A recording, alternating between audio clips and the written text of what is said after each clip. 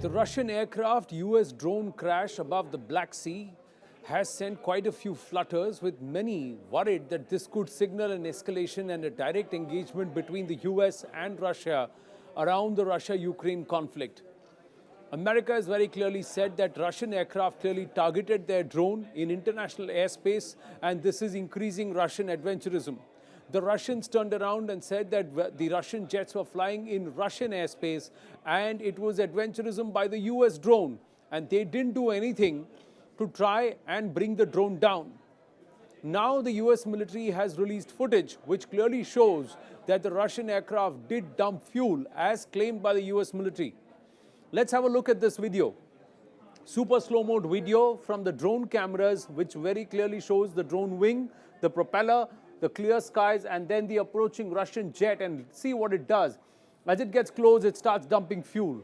The moment it dumps fuel, the cameras stop functioning, and soon after, the drone crashed. What Americans said is very clear. The Americans said there were two Russian fighter jets that were trying to engage with this drone and push it back. One of the Russian fighter jets dumped fuel. The other one came close to the drone, clipped one of its propellers, and ensured that it crashed. What the Russians say is that the Russian jets were just patrolling and doing their sorties, and this is Russian airspace. That's where the American drones ventured in as part of surveillance, and this will not be tolerated. Now, why is this entire confusion within whose airspace is it? Is it international airspace or is it Russian airspace? It's all because of Crimea.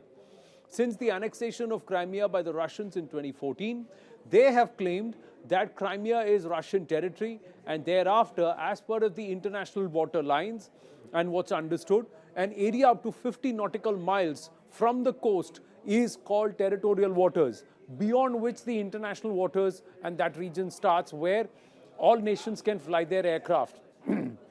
In this case, Russia says those 50 nautical miles, Russian territory, that's where this drone was found. America has not recognized the annexation of Crimea.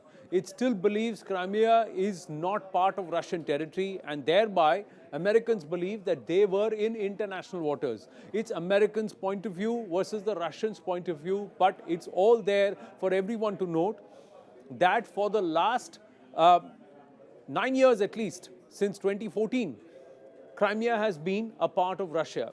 Russia has also warned America of its increasing presence in the Black Sea and getting closer to Crimea, and Russia has said that they will thwart any attempts by the Americans to do so. America has said that it will continue to fly and patrol international waters because it's committed to security globally, and it treats Ukraine as an ally.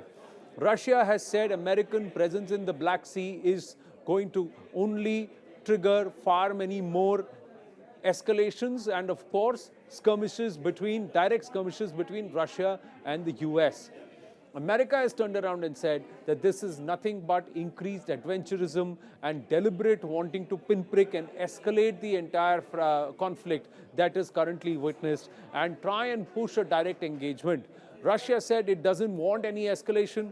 It is focusing only on Ukraine and what it believes is its territorial protecting its own territorial integrity and sovereignty. And what Russia wants is to link Crimea with the mainland Russia so that they have direct access to warm waters, the Sea of Azov, and of course the Black Sea. And that's why this entire Donbas offensive that we see.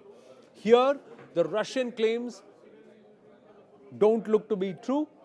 The American claims clearly look to be true, that the Russian aircraft dumped fuel on the drone and rendered it or incapacitated it, ensured that it crashed. It didn't fire a missile and break it down. It just dumped fuel and then made sure that it crashed. So that is perhaps the less aggressive way of bringing down a drone rather than shoot it down, because that would have seen as a direct measure of escalation.